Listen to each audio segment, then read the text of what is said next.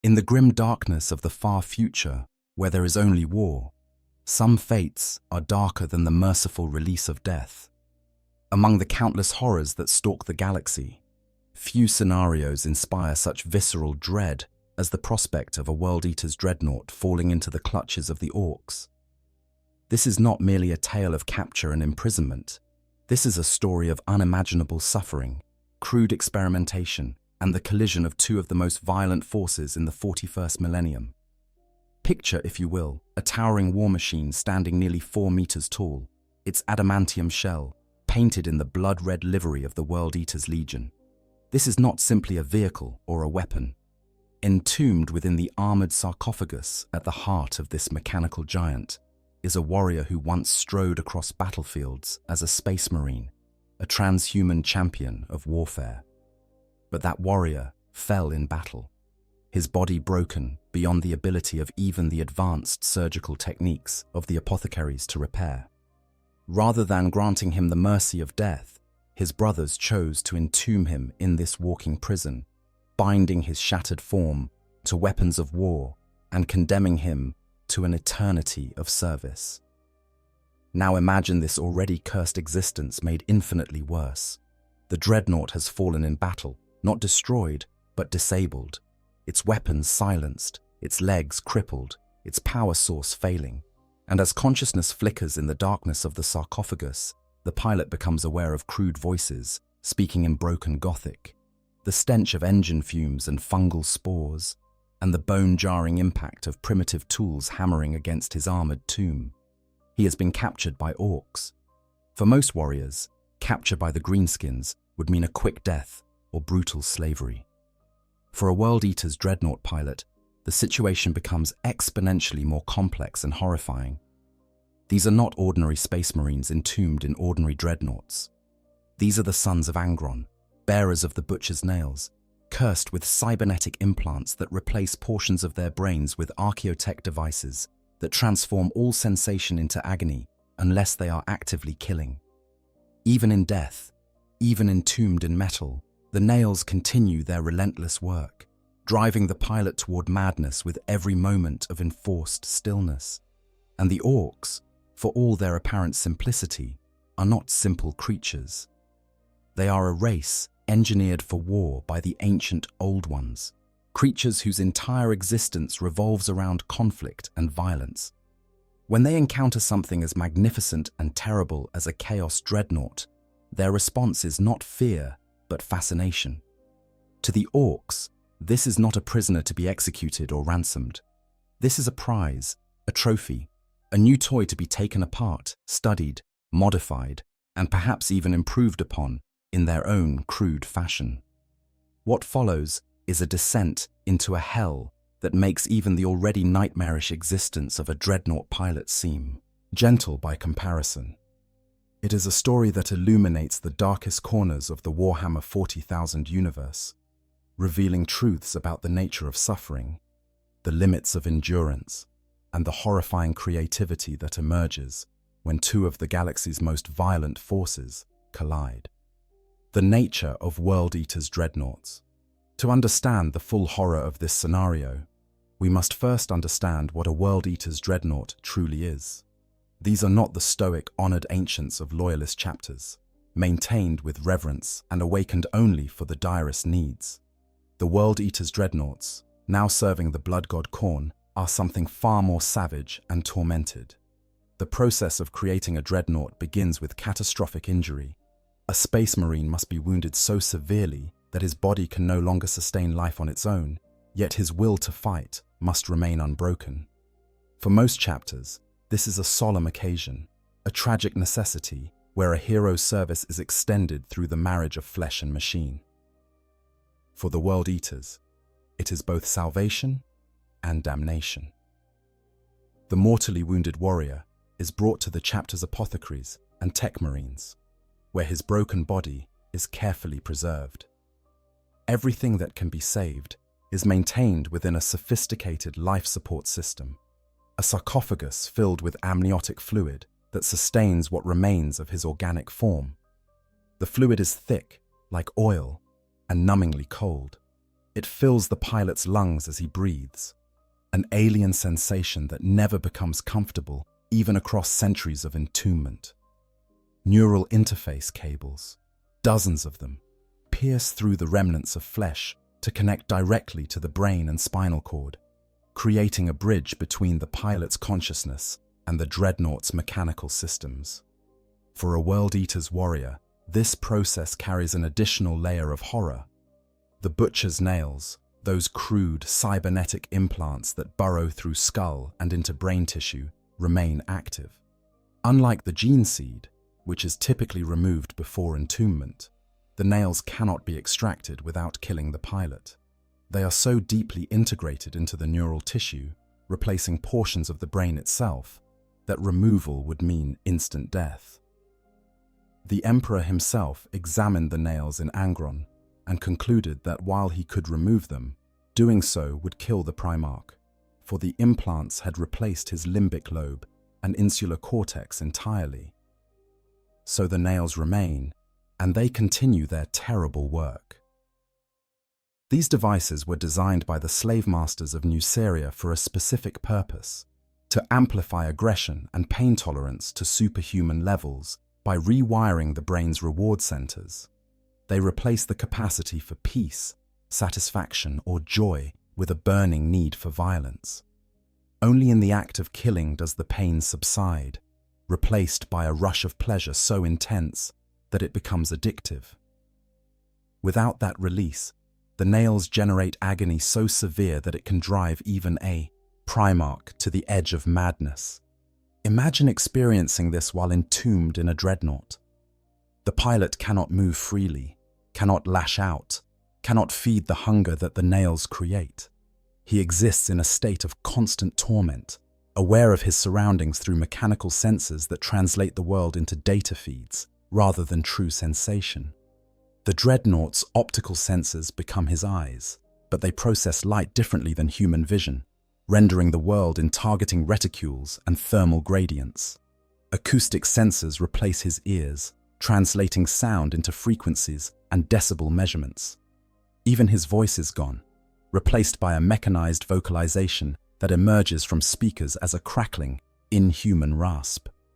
The Dreadnought patterns used by the World Eaters vary, but they share certain characteristics. Many are Contemptor pattern Dreadnoughts, ancient relics from the Great Crusade and Horus Heresy. These were among the most sophisticated Dreadnought designs ever created, incorporating technologies that verge on those used by the Legio Cybernetica's battle automata. They feature atomantic shielding, advanced servos that grant them speed unusual for their size, and weapon hardpoints that can accommodate everything from heavy flamers to assault cannons. The World Eaters modified these already formidable machines to suit their savage fighting style. Berserker Dreadnoughts, as they came to be known, were optimized for close combat assaults and line-breaking charges. They were made larger and swifter than standard patterns, equipped with devastating melee weapons like power fists capable of crushing tanks and chain fists that could tear through the thickest armor.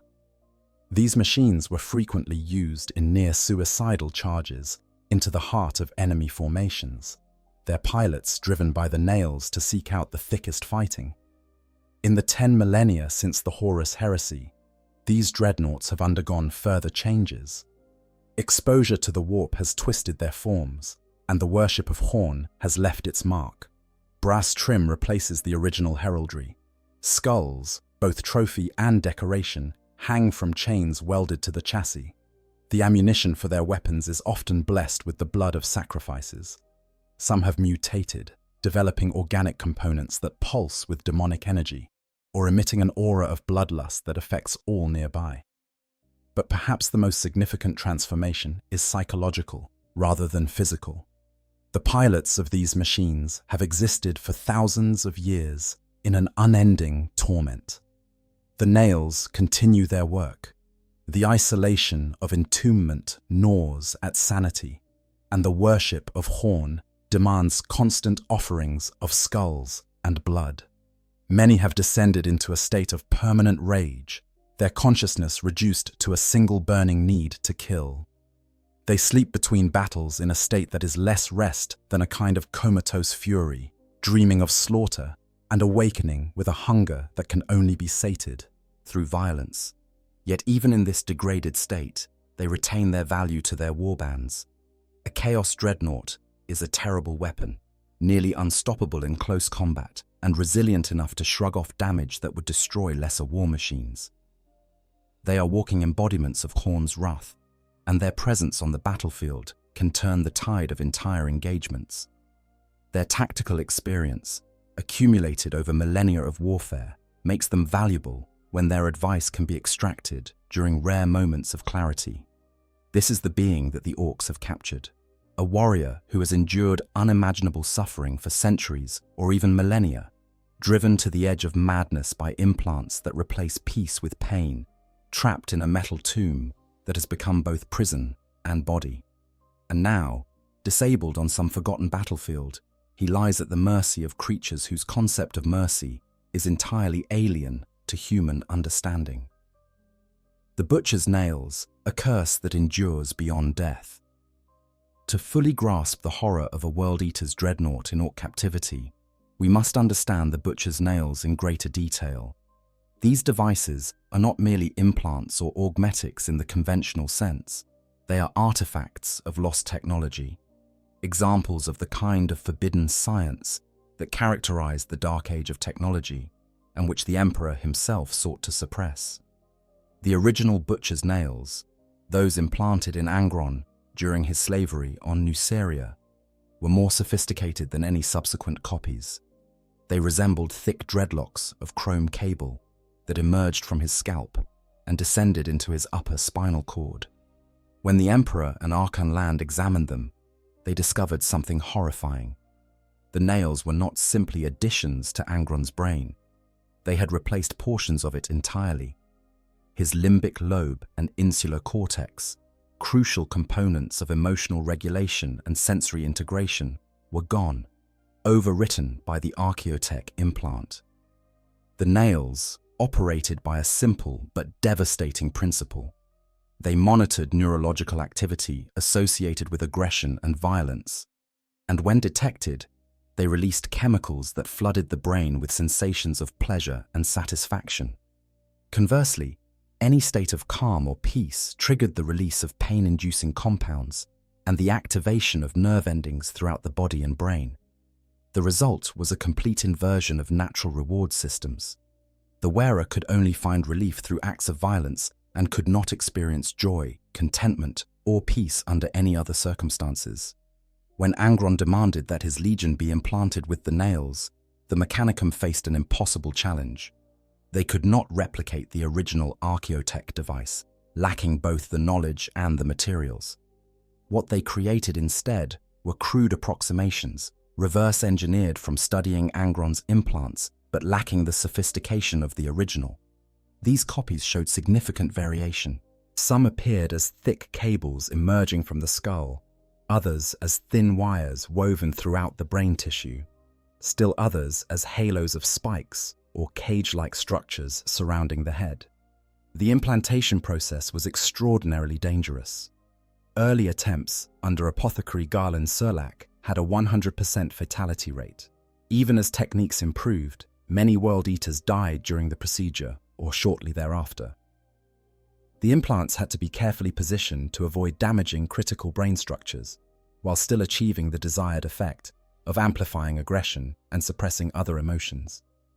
Those who survived the implantation underwent a profound transformation. Legionaries who had once been capable of tactical thinking and emotional depth became progressively more focused on violence and slaughter. They abandoned the use of ranged weapons like bolters, preferring chain axes and other melee weapons that allowed them to feel the visceral satisfaction of close combat. Their personalities eroded as the nails burned away everything that was not rage and the hunger for battle. The psychological effects were well documented. Centurion Erez, one of the early volunteers, described a life where he felt nothing outside of slaughter. No smiles, no tears, nothing but a dead-eyed glare and muttered monotone between battles.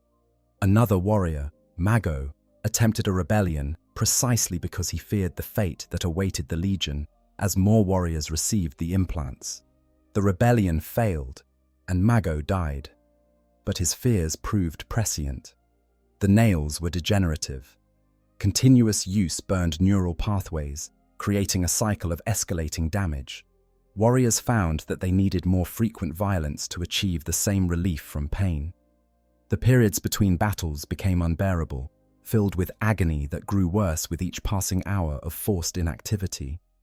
This is why the World Eaters became famous for their berserker charges, their complete abandonment of tactical restraint in favor of throwing themselves at the enemy as quickly as possible.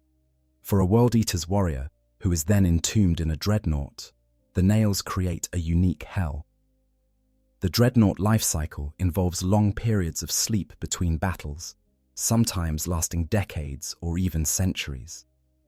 For most Dreadnought pilots, this is a mercy, a respite from the mental strain of neural interface and the isolation of entombment. For a World Eater's pilot with the nails, it is torture beyond description. The sleep is not true rest. It is more like suspended animation, a state where consciousness dims but does not entirely cease. And throughout this twilight existence, the nails continue their work. Without the ability to move, to fight, to kill, the pilot exists in a state of constant agony. The pain builds and builds, with no release possible.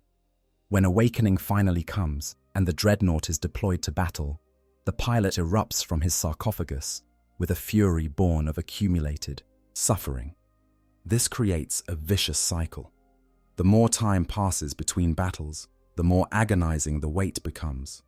The more agonizing the wait, the more savage the pilot becomes when finally unleashed.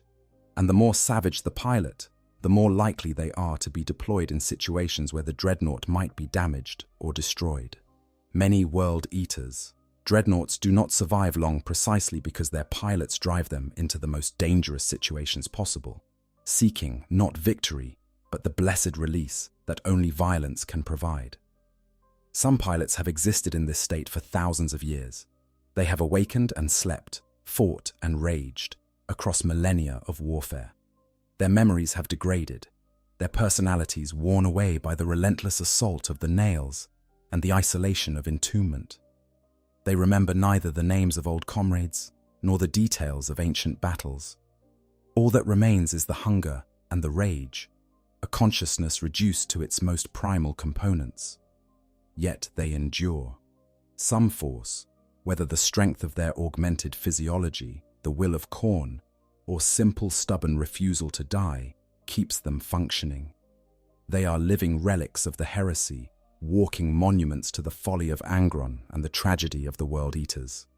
And now one of these tortured souls has fallen into Ork hands, where their suffering is about to be amplified in ways even they could not have imagined. Ork psychology and technology, understanding the captors. To appreciate what happens when Orks capture a World Eater's Dreadnought, we must understand the Ork mind and their unique approach to technology. The Greenskins are not the simple brutes they appear to be. They are a complex species, engineered by the Old Ones during the war in Heaven to serve as soldiers in that ancient conflict. Their entire biology and psychology is oriented toward warfare, but in ways that often seem bizarre or even comical to outsiders. Orks are fundamentally different from humans in their relationship to violence. Where humans might feel fear, trauma, or remorse from combat, Orks experience joy. Battle is not a duty or a necessity for them. It is entertainment, the highest form of fun they know. An Ork who dies in a good scrap dies happy, and an Ork who goes too long without violence becomes surly and irritable. This is not learned behavior or cultural conditioning. It is hardwired into their genetic structure, a product of their creation as living weapons.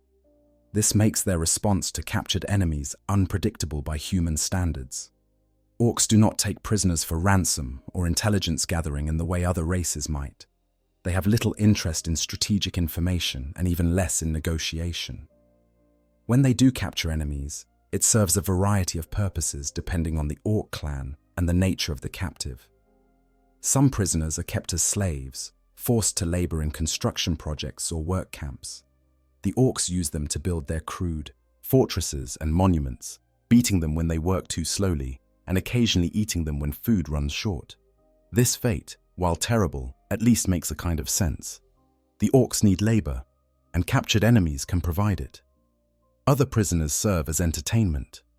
Orks love spectacle, and few things are more entertaining than watching fights. They might force captives to battle each other gladiator style, or set them against captured beasts, or simply beat them for amusement. Pain boys, the Ork equivalent of doctors, sometimes use prisoners for experiments, trying out new surgical techniques or cybernetic modifications before attempting them on Orks. But the most interesting fate awaits those captives who possess something the Orks want to understand or acquire. When Orks encounter advanced technology, their response is immediate and visceral. They want it, not to study in an academic sense, but to loot, to take apart, to rebuild in their own image. This is where the mech boys come in. Mech boys are Orks born with an innate understanding of technology. This is not learned knowledge, but genetic memory, echoes of the advanced science that went into their creation by the old ones. A mech boy can look at a piece of equipment and instinctively understand its purpose and function, even if they have never seen anything like it before.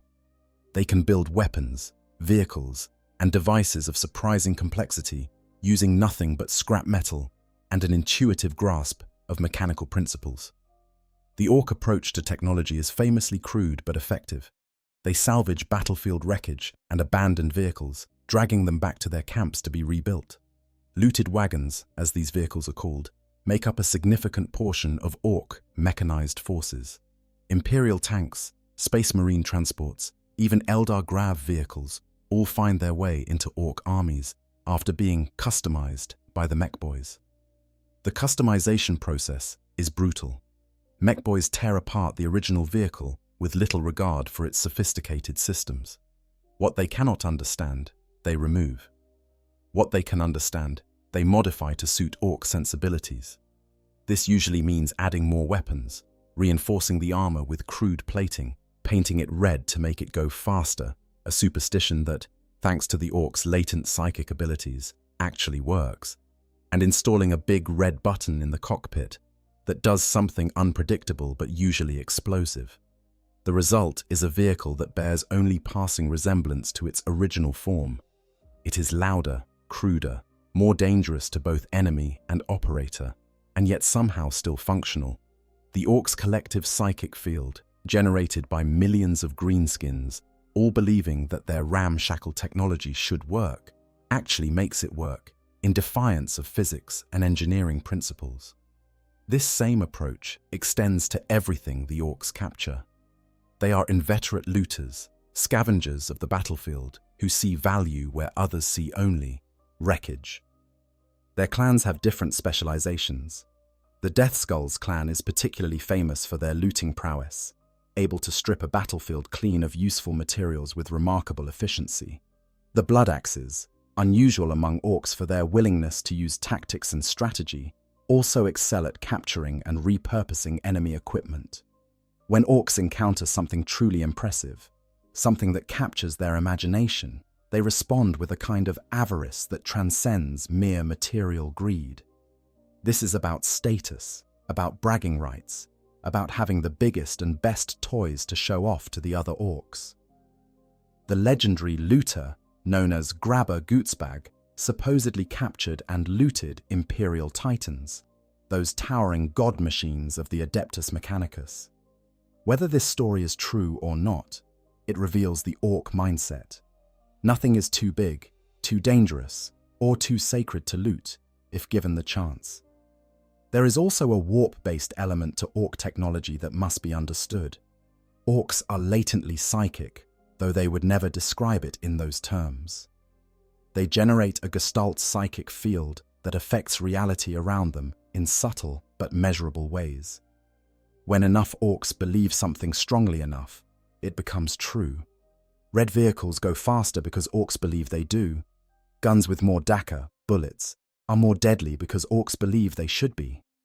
Even ramshackle devices that should not function by any reasonable mechanical principle work, because the Orks, using them, do not doubt that they will. This means that when mech boys begin modifying captured technology, they are not constrained by the original design specifications or even the laws of physics as other races understand them. They can combine incompatible systems, use materials that should not work for their intended purpose, and create devices that achieve their goals through means that would horrify a tech priest of the Adeptus Mechanicus. And because the Orks believe these modifications will work, they do. Now imagine this psychology and these capabilities applied to a captured Chaos Dreadnought. The Orks see not a fallen warrior deserving of mercy or execution, but a prize of immense value. Here is a war machine of legendary power, armed with weapons that can tear through armor like tissue paper, protected by shields that can deflect last fire, and containing systems of a complexity that even the Imperium struggles to replicate. And at its heart, entombed in that armored sarcophagus, is a living being, a space marine, whose connection to the machine makes it far more than a mere vehicle. To the Orks, this is not a prisoner. This is the ultimate salvage, a piece of looted technology so valuable that entire mobs might fight over who gets to claim it. And once claimed, it will be taken to the mech boys, who will approach it with all the crude enthusiasm and dangerous creativity that defines Ork technology. They will not kill the pilot, at least not initially. He is part of what makes the Dreadnought valuable, the living component that interfaces with the machine. But they will absolutely take it apart to see how it works. And they will modify it to suit their own purposes. Consequences be damned. The capture. How a Dreadnought falls. Before we can explore what happens after capture, we must understand how a World Eater's Dreadnought might fall into Ork hands alive.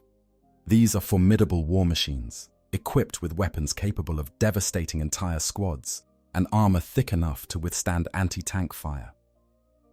The pilot, driven by the butcher's nails and the worship of corn, fights with a ferocity that makes them terrifying opponents even by the standards of the 41st millennium.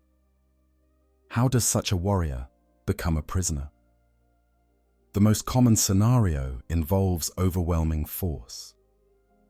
Orks do not fight as individuals, but as part of massive wargs, gatherings of thousands or even millions of greenskins united under a powerful war boss. When such a force descends on a World Eater's warband, the sheer weight of numbers can overcome even the most fearsome warriors. The Dreadnought might cut down dozens of Orks, its assault cannon reducing boys to bloody fragments, and its power fist crushing the crude war machines they ride into battle. But for every Ork that falls, two more surge forward, and eventually even a Dreadnought can be overwhelmed. The key is disabling rather than destroying. Orks are not subtle fighters, but they are not stupid either. The more experienced Orks, particularly the nobs and war bosses who lead them, recognize valuable prizes when they see them. They direct their boys to target the Dreadnought's weapons and locomotion systems, rather than the central sarcophagus. Crude rockets slam into the Dreadnought's legs, severing hydraulic lines and damaging servos. Big shooters pepper the chassis, knocking out sensors and targeting systems. Massive power claws tear at armor plating, exposing the delicate mechanisms beneath. The Dreadnought fights back with savage desperation. The pilot, already driven to the edge of sanity by the nails, experiences their full fury as the battle progresses. Each moment of combat feeds the hunger, but the sheer number of enemies means the pilot can never fully satisfy it. The Dreadnought wades into the Ork horde like a ship cutting through waves, crushing greenskins beneath its feet and tearing them apart with its weapons. The ground becomes slick with blood and gore, the air thick with the smell of promethium and the screams of the dying. But the Orks keep coming. They swarm over the Dreadnought like angry insects, hanging from its arms and climbing up its chassis. They jam crude poles into the joints of its legs, trying to topple it. They fire at point-blank range into weapon ports and sensor clusters. Some are crushed or shot or torn apart, but their sacrifice allows others to reach critical systems. Eventually, something gives. Perhaps a lucky shot destroys a major power coupling. Perhaps accumulated damage to the Dreadnought's legs causes them to fail. Perhaps the pilot, driven beyond all reason by the nails, overextends and leaves the Dreadnought vulnerable. Whatever the specific mechanism, the result is the same. The war machine goes down. The fall is catastrophic. 4 meters of adamantium and ceramite crashing to the ground with bone-jarring force. The impact registered by the pilot through the neural interface as a full-body shock. Warning runes flood the Dreadnought systems, reporting damage to critical components, power failures, and system malfunctions. The pilot tries to rise, commands screaming through the neural link, but the Dreadnought no longer responds. The legs are ruined, servos shattered, hydraulics drained. The weapons continue to function, firing wildly at any Ork that comes into range. But without mobility, the Dreadnought is a target rather than a threat. The Orks recognize this immediately. They close in, but more cautiously now, respecting the fact that the fallen war machine can still kill. They batter at the Dreadnought with their crude weapons, denting armor and prying at access panels. They shout to each other in their brutal language, arguing over who has claim to this prize and how best to secure it. Inside the sarcophagus, the pilot rages. The nails are screaming now, punishment for the enforced stillness washing over him in waves of agony. He tries to move arms that are held fast by Ork hands and crude chains. He tries to fire weapons that have finally run dry of ammunition or been jammed by debris. The neural interface translates his fury into commands, but the Dreadnought cannot obey. For the first time in however long the pilot has been entombed, he is truly helpless. The Orks begin the process of extraction.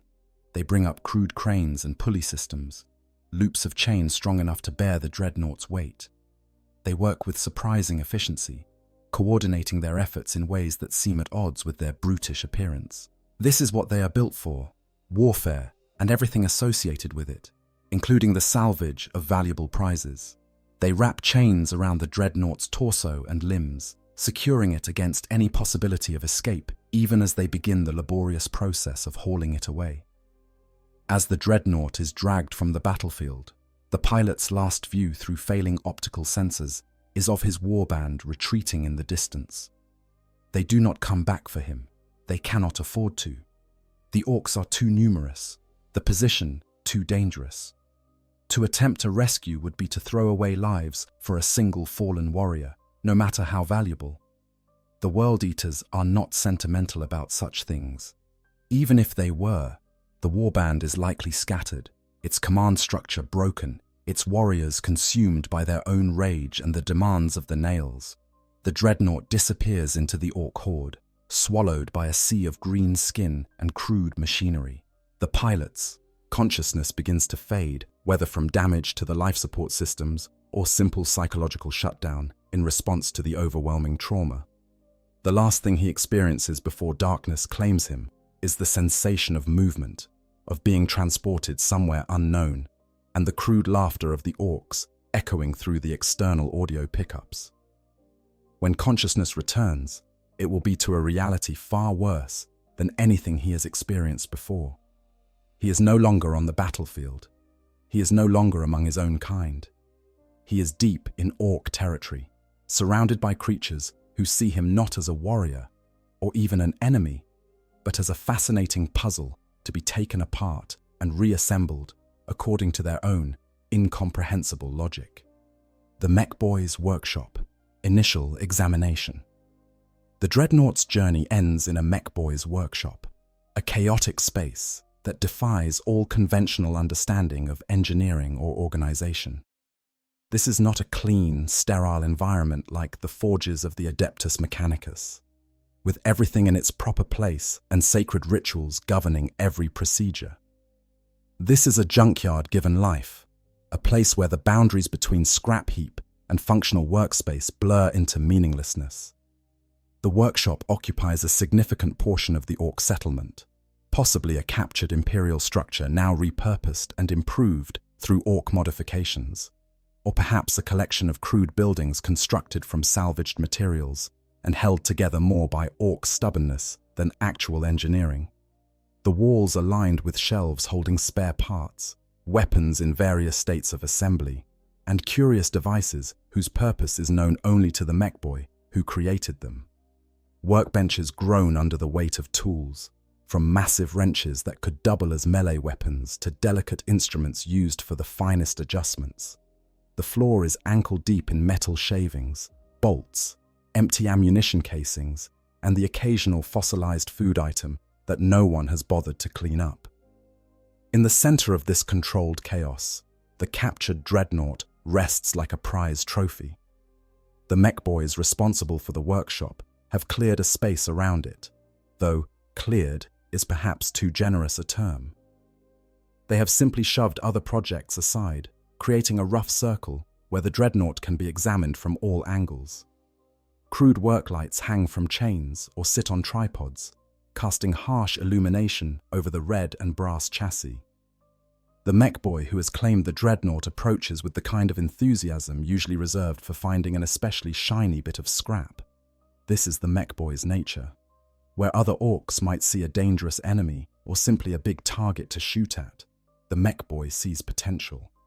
This war machine represents technology beyond what the orcs can normally produce, systems and capabilities that the mech boy instinctively recognizes as valuable, even if he cannot fully articulate why. The initial examination is conducted with surprising care, at least by orc standards. The mech boy circles the Dreadnought slowly, occasionally reaching out to tap on the armor plating or peer closely at damaged sections.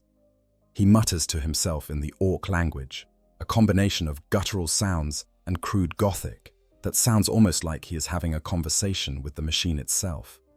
His fingers trace the outlines of weapon housings and sensor clusters, feeling the quality of the metalwork, assessing the sophistication of the design. Other orcs gather to watch, drawn by curiosity and the natural orc tendency to cluster around anything interesting. They offer unsolicited advice and suggestions, most of which the mech boy ignores. They argue among themselves about what the Dreadnought's various components do, their theories ranging from the plausible to the utterly absurd. A few of the younger orcs, still relatively small and not yet proven in battle, are assigned to assist, though their primary function seems to be fetching tools and being yelled at when they fetch the wrong ones.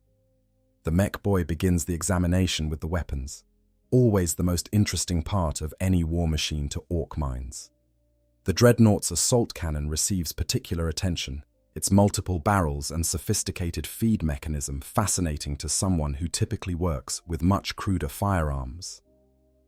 The mech boy carefully removes panels to expose the interior workings, revealing the ammunition feed, the rotating mechanism, and the targeting computer that guides its fire. He pokes at components with a screwdriver that is probably too large for the job, occasionally causing sparks or unexpected movements that make the watching orcs jump back nervously. Next comes the power fist, a massive close combat weapon that can crush tanks with its energy-sheathed grip. The mech boy is clearly impressed by the power field generator, a piece of technology that the orcs understand in principle, but rarely achieve with such efficiency. He tests the mechanism, watching as the energy field flickers weakly into existence when residual power runs through the damaged systems. His eyes, small and beady in his broad green face, light up with understanding and perhaps a touch of avarice. But the real prize, the component that draws the most intense scrutiny, is the sarcophagus itself. The mech boy approaches it with something approaching reverence, or at least the orc equivalent thereof. He can see that this is not just a cockpit or control station. The life support systems, the neural interface ports, the complex machinery that keeps the pilot alive and connected to the Dreadnought systems, all of this speaks to a sophistication that exceeds even the elaborate vehicles the mech boy has previously worked on. He finds the access panels that should allow inspection of the sarcophagus interior, but they are sealed, locked by mechanisms that resist his initial attempts to force them open. This does not discourage the mech boy. It intrigues him. Why would this part be so carefully protected? What is inside that requires such elaborate safeguards? His curiosity drives him to greater efforts, trying different tools and approaches with the kind of focused determination that orcs rarely show except when pursuing something that truly interests them. Inside the sarcophagus, the pilot is aware of all this. The Dreadnought's external sensors are damaged but not entirely non-functional, and the audio pickups continue to relay the sounds of the workshop. He hears the mech boy's mutterings, the chatter of the watching orcs, the clang of tools against metal. He feels the vibrations as the mech boy works on the chassis, transmitted through the life support fluid and the neural interface cables into his consciousness. The nails are in full fury now, without battle to placate them, without the rush of violence to provide even temporary relief. They generate agony that builds and builds. The pilot tries to move, to lash out, to do anything that might satisfy the hunger, but he is completely immobilized within the sarcophagus. The amniotic fluid that sustains his body feels like it is burning him. The neural interface cables feel like hot wires boring into his skull.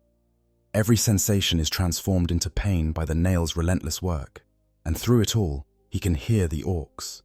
Their voices are like knives scraping against his awareness. He understands some of what they are saying, enough to know that they are planning to take his dreadnought apart, to examine it, to modify it. The rage this generates is incandescent, hotter than anything the nails could produce on their own. But rage without action is meaningless, and the pilot is powerless to do anything but endure. The mech boy, finally satisfied with his external examination, makes a decision. He will open the sarcophagus, not to kill the pilot, not yet. The mech boy's instincts tell him that the living component is important, part of what makes this war machine so effective. But he needs to see what is inside, needs to understand how the connection between flesh and machine actually works. Only then can he properly assess how to modify and improve this prize. He selects a cutting tool, something that looks like a fusion of industrial saw and arcane device, its blade glowing with barely contained power. The orcs around him lean in, excited to see what will be revealed. And in the sarcophagus, the pilot screams, though the sound never makes it past the vocalization systems that remain offline. The first cut begins, and a new chapter of horror opens for the entombed World Eater. The pilot's experience, consciousness in captivity. To understand the full horror of the situation, we must delve into the subjective experience of the Dreadnought pilot.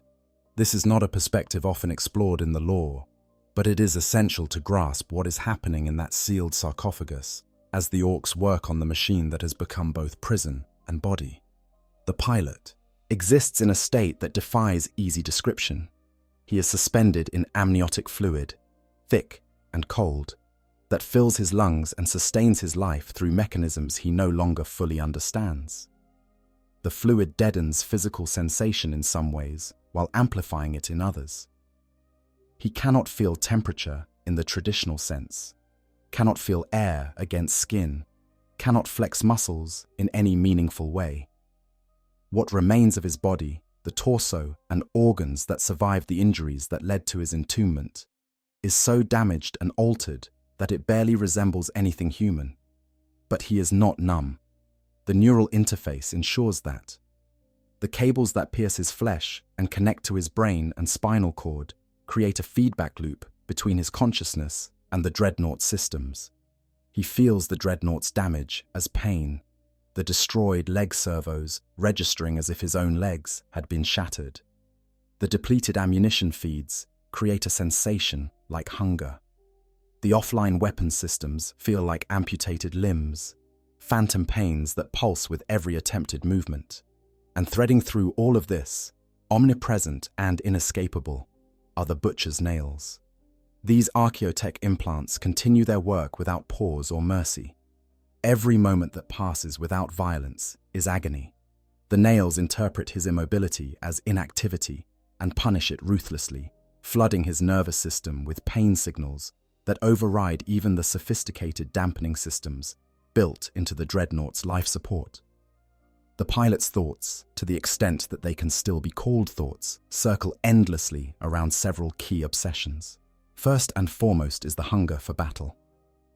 The nails have been slowly eroding his personality for so long that little remains beyond this fundamental drive. He craves violence not as a choice, but as a biological imperative, the way a drowning man craves air. When denied this release, his mind begins to fragment, memories and identity slipping away like sand through fingers. Second is the awareness of his captivity. Even through the fog of pain and degraded consciousness, he understands what has happened. He has been captured by Orks. Captured, not killed. For a warrior of the World Eaters, for any Chaos Space Marine, death in battle is preferable to capture. It is the ending that makes sense, the culmination of a life spent in service to the god of blood.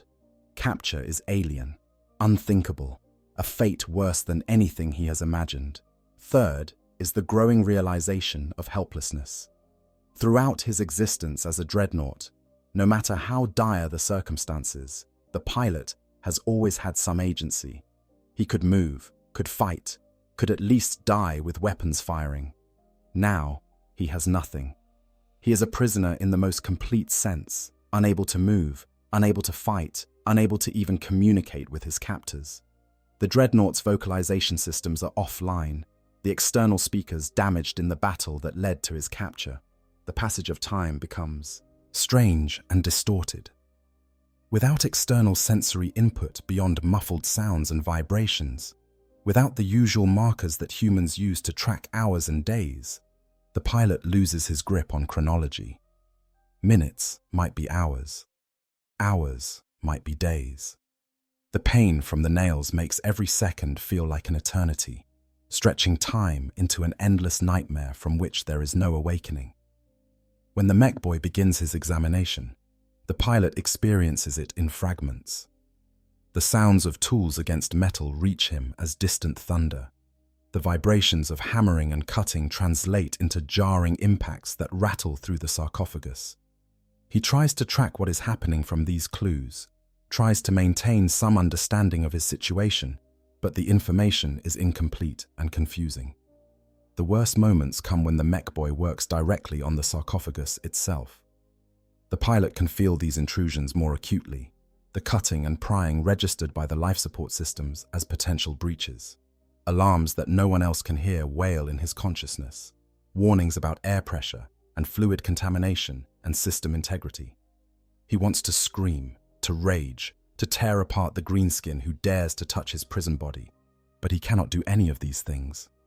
And then comes the moment when the mech boy succeeds in opening an access panel, when crude light floods into the sarcophagus for the first time in however long the pilot has been sealed within. The pilot's optical sensors, such as they are, catch a glimpse of green skin and a broad face peering in at him with undisguised curiosity. The mech boy's eyes widen as he sees what lies within, the broken body sustained by machinery, the cables disappearing into ruined flesh, the butcher's nails emerging from the skull like a grotesque crown.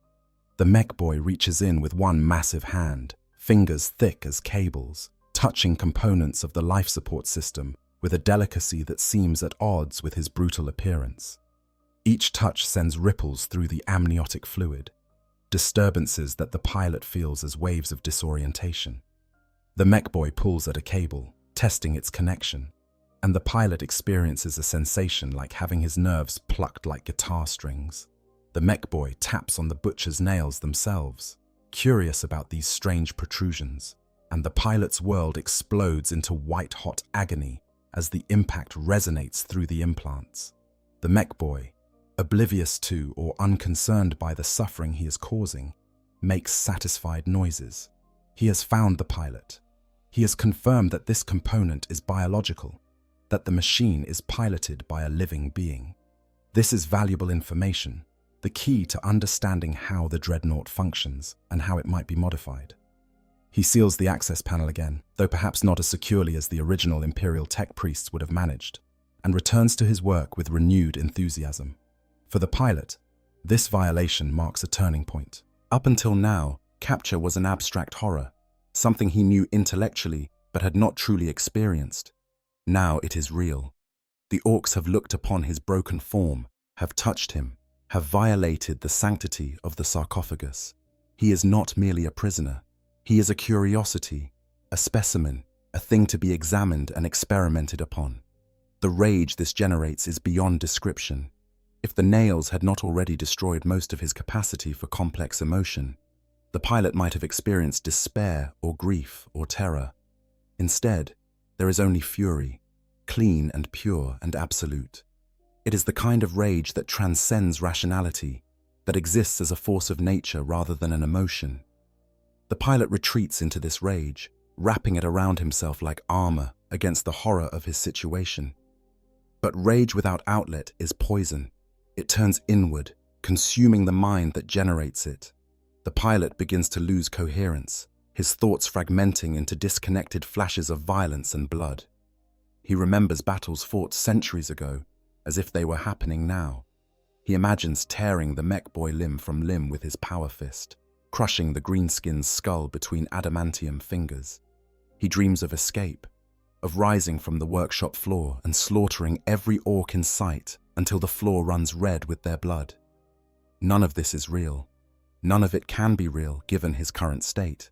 But the mind, pushed beyond its limits, creates fantasies to shield itself from unbearable reality.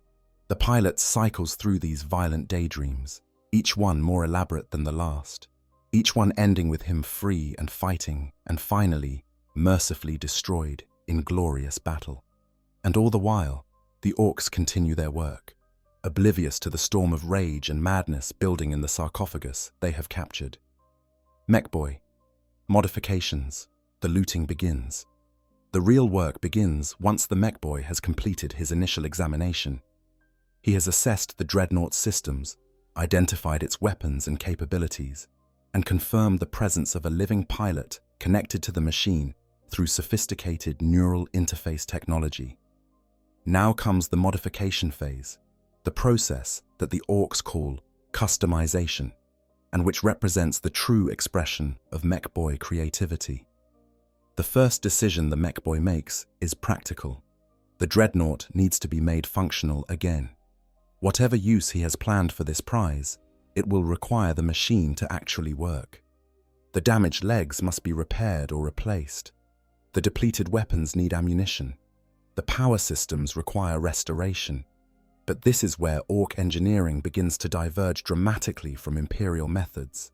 An Imperial tech priest, faced with a damaged Dreadnought, would consult the sacred blueprints, procure genuine replacement parts, and conduct repairs according to established ritual and protocol.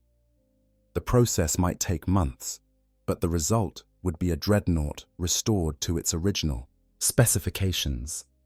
The mechboy has no such constraints or concerns. He does not care about original specifications. He cares about making the thing work, preferably in a way that is more impressive or more destructive than before. The leg repair exemplifies this approach. Rather than attempting to fabricate new legs matching the Dreadnought's original design, the mechboy simply raids his extensive collection of salvaged parts.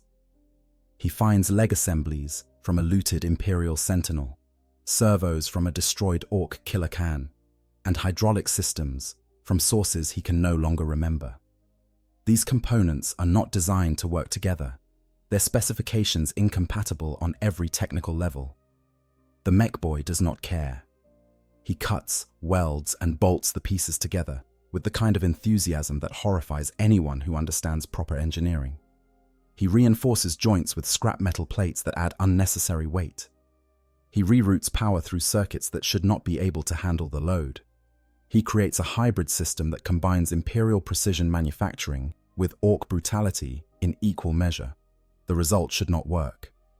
By any reasonable understanding of mechanical principles, this cobbled-together assembly should collapse under the Dreadnought's weight the moment it attempts to stand. But it does work, for the simple reason that the mechboy believes it will work, and his belief, amplified by the latent psychic field all orcs generate, makes it reality. The repaired legs are uglier than the originals, covered in crude welds and obvious patch jobs, but they can support the Dreadnought and allow it to walk, after a fashion. The weapons receive similar treatment. The assault cannon, depleted of ammunition and partially damaged, is of particular interest. The mech boy carefully removes it from its housing, examines the feed mechanism and firing system, then makes modifications that would make an Adeptus Mechanicus tech priest weep. He enlarges the ammunition feed to accept bigger rounds. Never mind that this might compromise the weapon's rate of fire. He reinforces the barrels with additional metal, making them heavier, but, in his mind, more impressive. He paints them red, because red makes things shoot better, obviously. When he reinstalls the assault cannon and loads it with Ork-manufactured ammunition, the weapon is transformed. It is no longer the precise, sophisticated weapon system the Imperium created. It is something cruder, but possibly more dangerous. A weapon that might explode when fired, but will almost certainly devastate anything it is pointed at. The mech boy tests it by firing a short burst into a wall of scrap metal, nodding with satisfaction when the rounds punch through, and the weapon does not immediately blow up. The power fist undergoes an even more dramatic transformation. The mech boy, fascinated by the energy field generator that gives the weapon its devastating punching power, attempts to increase the output. He does this by methods that make no sense technically but work in practice, adding crude power boosters and capacitors scavenged from other sources. The result is a power fist that crackles with barely controlled energy, its field visibly unstable, creating a corona of lightning around the weapon even when not in use. But the mech boy is not content with simple repairs. He wants to add his own touches, to make this dreadnought not just functional, but orky. He begins welding additional armor plates to the chassis, great slabs of metal painted in checkerboard patterns of black and white, the colors associated with the Goth clan. He adds spikes and blades to every available surface, transforming the dreadnought's silhouette from relatively smooth to bristling with sharp protrusions. He mounts a crude loudspeaker system to the torso, the kind that Orks use to blast war music during battle. Never mind that it adds weight and serves no tactical purpose. Perhaps most significantly, he paints the entire dreadnought. The original red and brass livery of the World Eaters is covered over with Ork colors, greens and blacks and checkerboard patterns. Glyphs in the Ork language are daubed across the armor, crude symbols that might represent the mech boy's claim of ownership or simply aesthetic choices. The transformation is not subtle. Where once stood a war machine that clearly belonged to the forces of chaos, now stands something that looks almost orky, though disturbingly more sophisticated than typical Ork constructions. The neural interface presents a particular challenge. The mech boy understands, in his instinctive way, that the connection between pilot and machine is what makes the dreadnought truly effective. A simple piloted vehicle, even a sophisticated one, cannot match the response time and coordination of a neural interface. But the interface is also delicate, complex in ways that resist crude modification. The mech boy's solution is characteristically brutal. Rather than attempting to understand the fine details of the neural link, he simply adds to it. He runs additional cables from Ork control systems into the sarcophagus, punching through the armored shell and connecting them to the life support apparatus, with only the vaguest understanding of what he is doing.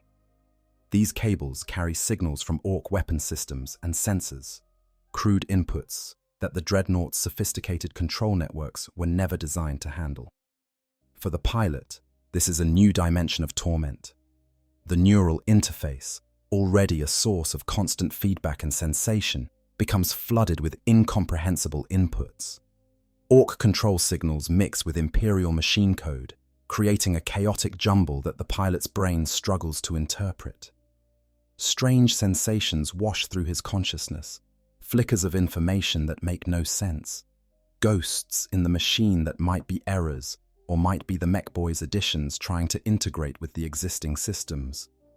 The nails, meanwhile, continue their work.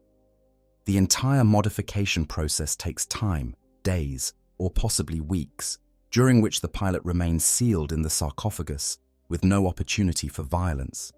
The pain builds to levels that should be unbearable. that would drive an unaugmented human mad within hours. But the pilot is not unaugmented and not human in any meaningful sense. He endures because endurance is all he has left. Finally, the mech boy declares the work complete. The modified Dreadnought stands in the workshop, transformed from a proud war engine of chaos into a grotesque hybrid of Imperial sophistication and Ork brutality. The mech boy walks around it with obvious pride, admiring his handiwork, pointing out features to the other Orks who have gathered to see the finished product. Now comes the critical test, making the Dreadnought move under Ork control. The mech boy has installed various control systems and override mechanisms, but the question remains whether these will actually work, whether the pilot can be forced to operate the Dreadnought according to Ork commands, rather than his own will. The mech boy approaches a crude control panel he has installed near the sarcophagus, a collection of buttons and levers that should theoretically allow him to send commands to the pilot. He activates the system, sending a surge of electrical current through the new cables, directly into the life support apparatus. Inside the sarcophagus, the pilot experiences this as lightning running through his nervous system. The shock is so profound that it overrides even the nails for a brief moment. His body, what remains of it, convulses against the restraints and neural cables. His mind, fractured and consumed by rage, tries to process what is happening and fails. The mech boy, watching indicators on his crude control panel, sees the reaction and grins broadly. The system works. He can cause the pilot pain at will, can stimulate responses through direct electrical intervention. This means control is possible, given enough time and experimentation. The Dreadnought can be made to serve Ork purposes, with the pilot essentially enslaved to the modifications the mech boy has made. But what the mech boy does not fully understand, what perhaps no Ork could fully understand, is the psychological damage this is causing. The pilot is not merely being tortured, he is being violated in the most fundamental way possible. His connection to the Dreadnought, the one thing that gave his existence any meaning, being subverted and twisted into something alien. The rage that was already all-consuming becomes something beyond rage, a state of mind so divorced from normal consciousness that it transcends description. And still, the nails continue their work, layering fresh agony atop the violation, driving the pilot toward a breaking point that may or may not exist. The mech boy, pleased with his creation, begins making plans for how to use his new prize. The pilot, trapped in a nightmare that has no end, retreats further into the darkest corners of whatever remains of his sanity. Potential fates. The Dreadnought's future, with the modifications complete, and the Dreadnought at least partially under Ork control.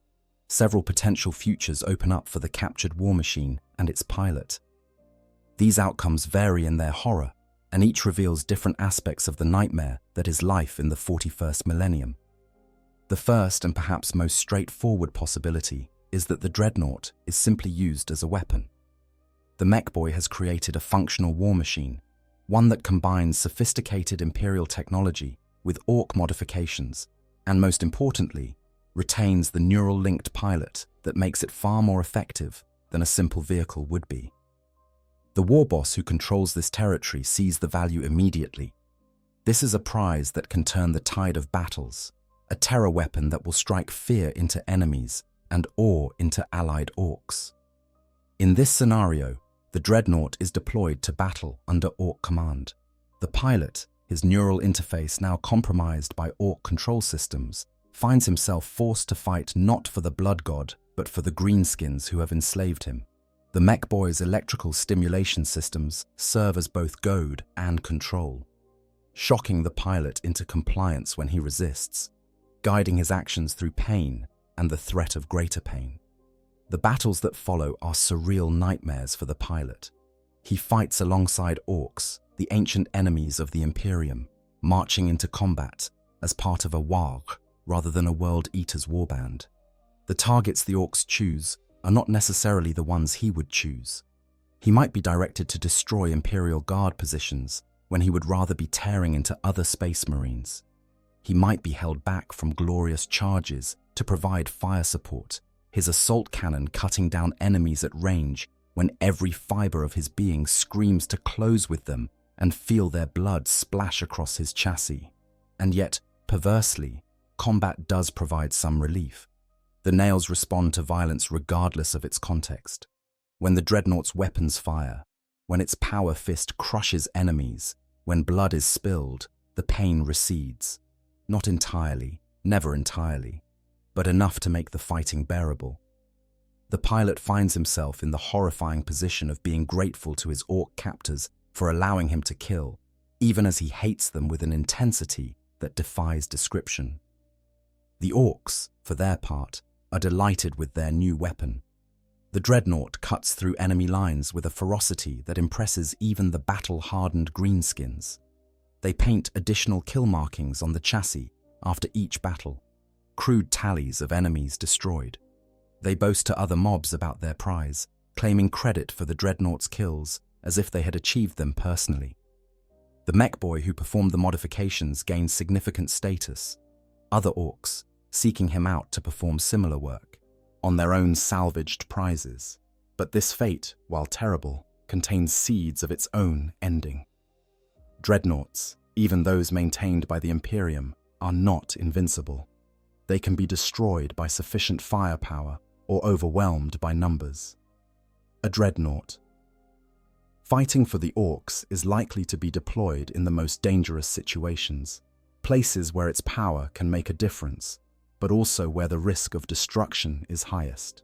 Eventually, perhaps after months or years of enslaved service, the Dreadnought encounters something it cannot overcome. A lucky Lascannon shot pierces the sarcophagus. An orbital bombardment reduces the entire area to molten slag.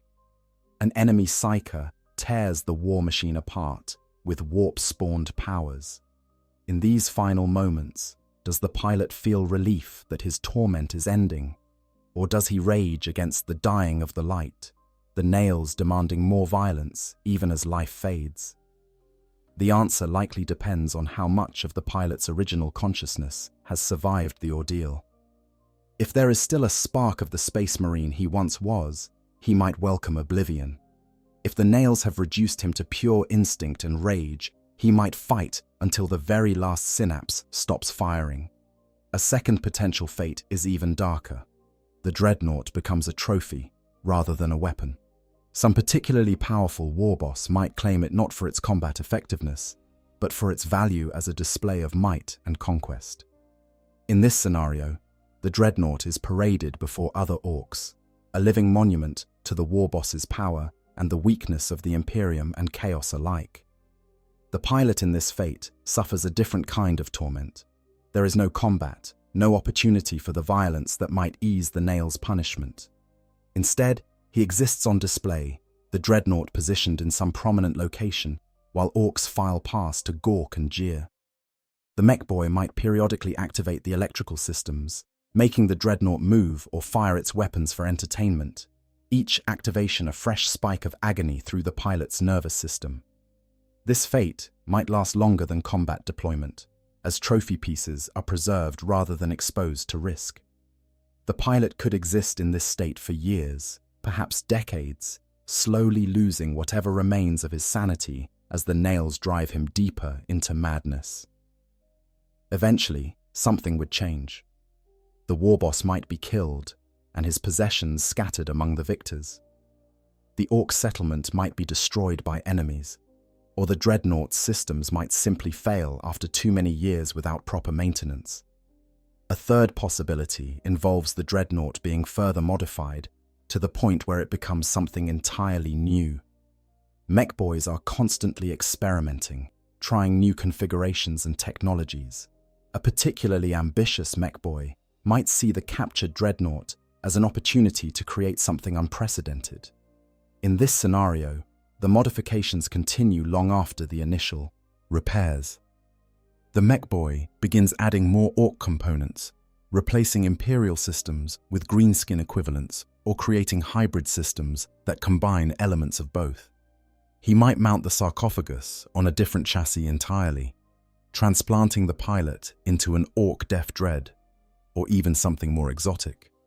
He might attempt to clone or replicate the neural interface technology, trying to create Ork-piloted war machines with similar capabilities. Each modification inflicts new torments on the pilot. His connection to the Dreadnought, already compromised, becomes increasingly alien. He might find himself controlling limbs and weapons that bear no resemblance to the original equipment. The sensory feedback becomes more distorted, filtered through Ork technology that interprets and transmits information in fundamentally different ways than Imperial systems. The most horrifying version of this fate involves the mech boy attempting to understand the butcher's nails. These implants, so obviously important to the pilot's function, would fascinate an Ork engineer. The mech boy might try to remove them for study, or replicate them to create Ork warriors with enhanced aggression, or simply tamper with them to see what happens. Any of these actions would likely kill the pilot, or drive him so far into madness that death would be preferable.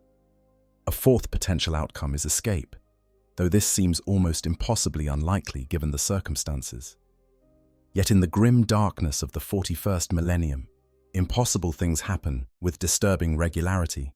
Perhaps a World Eaters warband raids the Ork settlement, and in the chaos of battle, the Dreadnought's control systems are damaged, allowing the pilot to reassert control.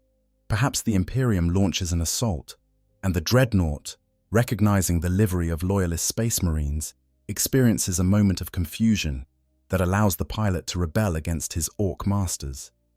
The escape scenario would be brutal and costly. The pilot, driven by months or years of accumulated rage and the endless demands of the nails, would not flee the Ork settlement, but rather tear through it like a force of nature. He would kill everything in his path, Ork and human, and anything else unfortunate enough to be present, painting the settlement red with their blood. The Dreadnought, already damaged and held together by Ork modifications, might barely survive the carnage, its systems failing one by one as the pilot pushes it beyond all safe limits. If he does escape, where does he go? He cannot return to his warband, assuming it still exists. They abandoned him on the battlefield, left him to his fate. Even if they would take him back, the Ork modifications have marked him as tainted, unreliable. Other Chaos forces might accept him, might recognize the value of a Dreadnought, even one as damaged as this. Or he might simply wander, a lone war machine, driven by nothing but the nail's demands, attacking anything that crosses his path until something finally destroys him. The final and perhaps strangest potential fate involves the pilot being discovered by the Imperium. An Inquisitor investigating reports of Ork activity finds the Dreadnought and recognizes it for what it once was, an Imperial war machine fallen to chaos, captured by Orks. The question then becomes, what does the Imperium do with such a discovery? Mercy would dictate destruction, ending the pilot's suffering and preventing the Ork modifications from teaching the Greenskins too much about Imperial technology. Pragmatism might suggest capture and study, learning how the Orks modified the systems and whether those modifications could be countered in future engagements. Fanaticism might demand ritual cleansing, attempting to purge the chaos taint, and Ork corruption to reclaim the Dreadnought for the Emperor's service. None of these options would be pleasant for the pilot. Destruction would at least be quick, a mercy compared to continued existence. Capture and study would mean new torments, inquisitorial interrogation, and mechanicus examination. His consciousness probed for information about both chaos and Ork capabilities. Cleansing would involve exorcism and ritual, procedures that might destroy what remains of his mind in the process of purging the taint.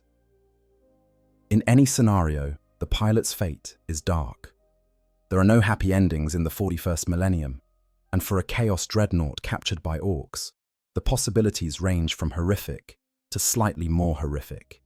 The suffering that began with his original injuries, that continued through his entombment and service to Khorne, reaches new depths in Ork captivity. The broader implications. The capture of a World Eater's Dreadnought by Orks, while a specific and relatively rare scenario, illuminates broader truths about the Warhammer 40,000 universe. It serves as a lens through which we can examine the nature of warfare in the 41st millennium, the relationship between different factions, and the fundamental grimness that defines the setting. First, it demonstrates that in the 41st millennium, there are indeed fates worse than death. The Emperor famously proclaimed that only in death does duty end, suggesting that death is a release, an end to service and suffering. For a Dreadnought pilot, death is denied even when the body has been broken beyond recovery. Entombment extends service indefinitely, but at tremendous cost to the pilot's humanity and sanity. The World Eaters make this fate even worse through the butcher's nails. Where a loyalist Dreadnought pilot might find peace in the long sleeps between battles, a World Eater's pilot finds only agony. The nails ensure that every moment of inactivity is torture, creating a form of suffering that is constant and inescapable. And when this already terrible existence is further degraded by Ork capture, when even the release of combat is denied or perverted, the result is a hell that surpasses anything the human imagination might conjure. This connects to larger themes about the nature of chaos in the setting. Khorne, the blood god, offers his followers power and glory in battle, but this power comes at terrible cost. The butcher's nails, whether given by Khorne directly or simply consistent with his nature, transform warriors into something less than human, creatures driven by base instinct and denied the capacity for peace or satisfaction. The World Eater's descent from proud legion to scattered warbands of maddened killers illustrates the ultimate fate of those who give themselves to chaos completely. The Ork aspect of the scenario reveals different truths. The Greenskins are often portrayed as comic relief in the grim darkness of 40k, their crude technology and simple psychology making them seem less threatening than other factions. But this scenario shows the horror lurking beneath the surface humor. The Orks' complete lack of empathy, their inability to understand or care about the suffering they inflict, makes them terrifying in ways that more obviously malevolent factions are not. A Chaos Space Marine might torture for specific purposes, to gather information, to offer suffering to dark gods, or to break an enemy's will. The torture has meaning, however twisted. The Orks torture almost casually, as a side effect of their curiosity and their desire to make things work. The mech boy does not experiment on the Dreadnought pilot because he wants to cause pain. He does it because the pilot is a fascinating component of a fascinating machine, and taking things apart to see how they work is what mech boys do. The suffering is incidental, meaningless to the Ork, but total for the victim. This reveals something about the Orks that is often overlooked. They are weapons, created by the Old Ones to fight in a war so ancient that most races have forgotten it ever happened. They were designed to feel joy in combat, to seek out conflict, to see everything through the lens of warfare. This makes them excellent soldiers, but terrible neighbors for any other sentient species. They cannot coexist peacefully with anyone, because peace is antithetical to their nature. The scenario also illuminates the relationship between technology and suffering in the 40k universe. The Dreadnought is a marvel of engineering, a sophisticated system that preserves life and extends capability far beyond what should be possible. But this technological marvel becomes a prison, a torture device, when the pilot cannot escape it. The neural interface, designed to give the pilot perfect control over the machine, becomes a conduit for pain and violation. Similarly, the butcher's nails represent the dark side of technological advancement. They are archaeotech, relics of an age when humanity's scientific capabilities exceeded anything the current Imperium can achieve. But this advanced technology serves only to inflict suffering, to transform humans into monsters. The lesson seems to be that technology without wisdom, advancement without restraint, leads inevitably to horror. The Ork modifications add another layer to this theme. Their crude but effective approach to technology, their ability to make things work through belief and brute force rather than understanding, represents a different kind of danger. They prove that sophisticated systems can be perverted and repurposed. that even the sacred technology of the Imperium, or the dark gifts of chaos, can be bent to greenskin purposes. This makes the Orks dangerous in ways that go beyond their simple combat prowess. Finally, the scenario speaks to the nature of war itself in the 41st millennium. This is not the clean, strategic warfare of board games or the heroic battles of adventure stories. This is total war, where civilians are exterminated, prisoners are tortured or enslaved, and mercy is a weakness that can lead to extinction. In such a context, the capture of a dreadnought is not an aberration, but simply another data point in an endless catalogue of atrocities. The various factions of 40k all engage in this kind of warfare. The Imperium exterminates entire worlds rather than risk contamination by chaos. Chaos Space Marines offer the souls of billions to their dark gods. Tyranids consume all biomass without distinction between combatant and civilian. The Tau might offer a gentler alternative in theory, but even they engage in forced assimilation and the destruction of those who resist. And the Orks, the most straightforward of all factions, simply kill everything that is not an Ork and loot whatever remains.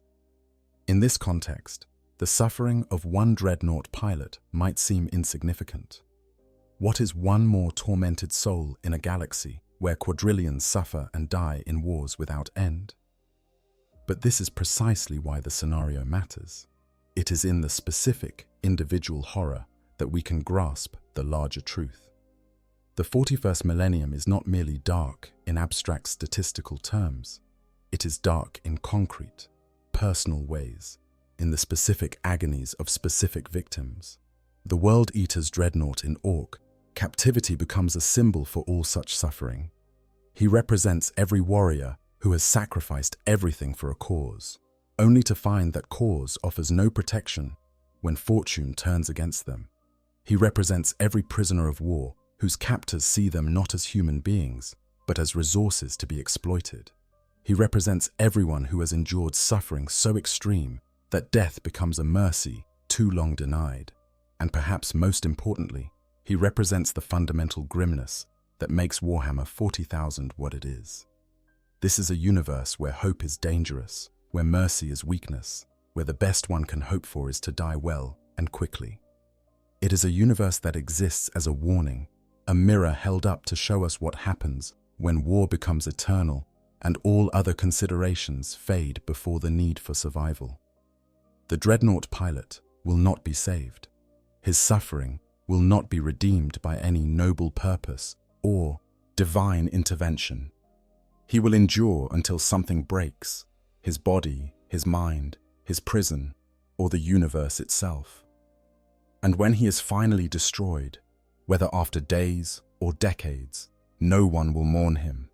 The Orks will simply loot whatever remains and move on to their next conquest.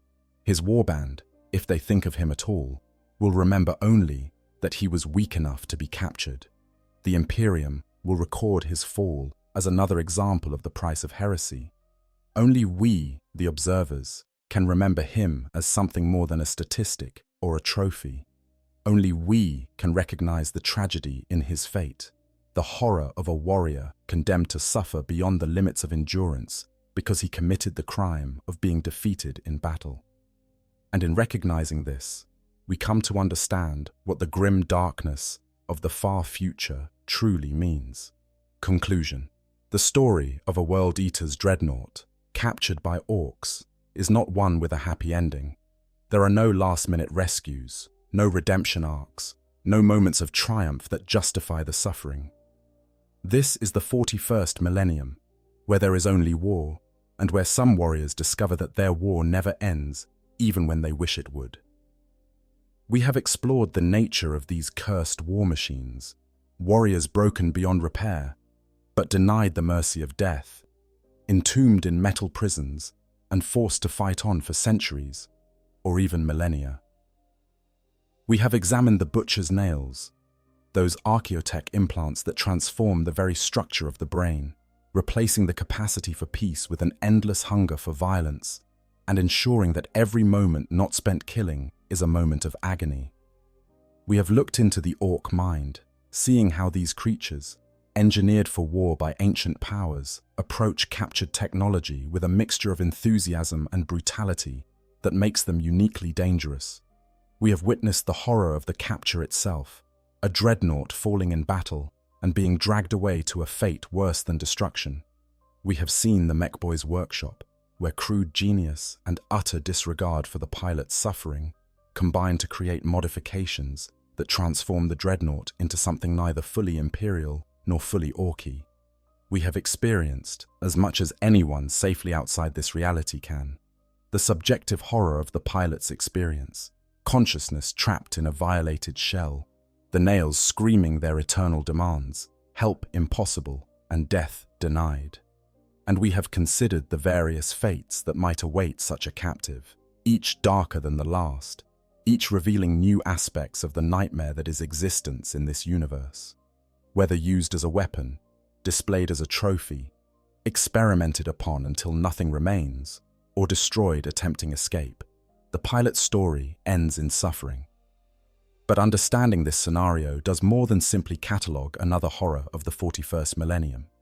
It illuminates the nature of the setting itself, showing us what it truly means when we say that in the grim darkness of the far future, there is only war.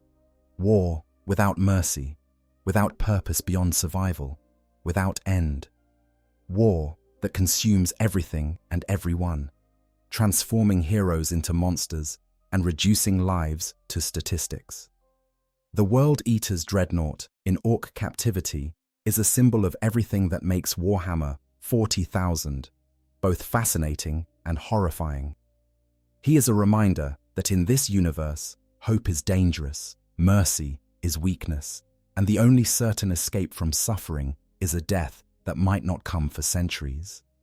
If you found this deep dive into one of the darkest scenarios in 40k lore as fascinating as I did researching and presenting it, please consider liking this video and subscribing to the channel.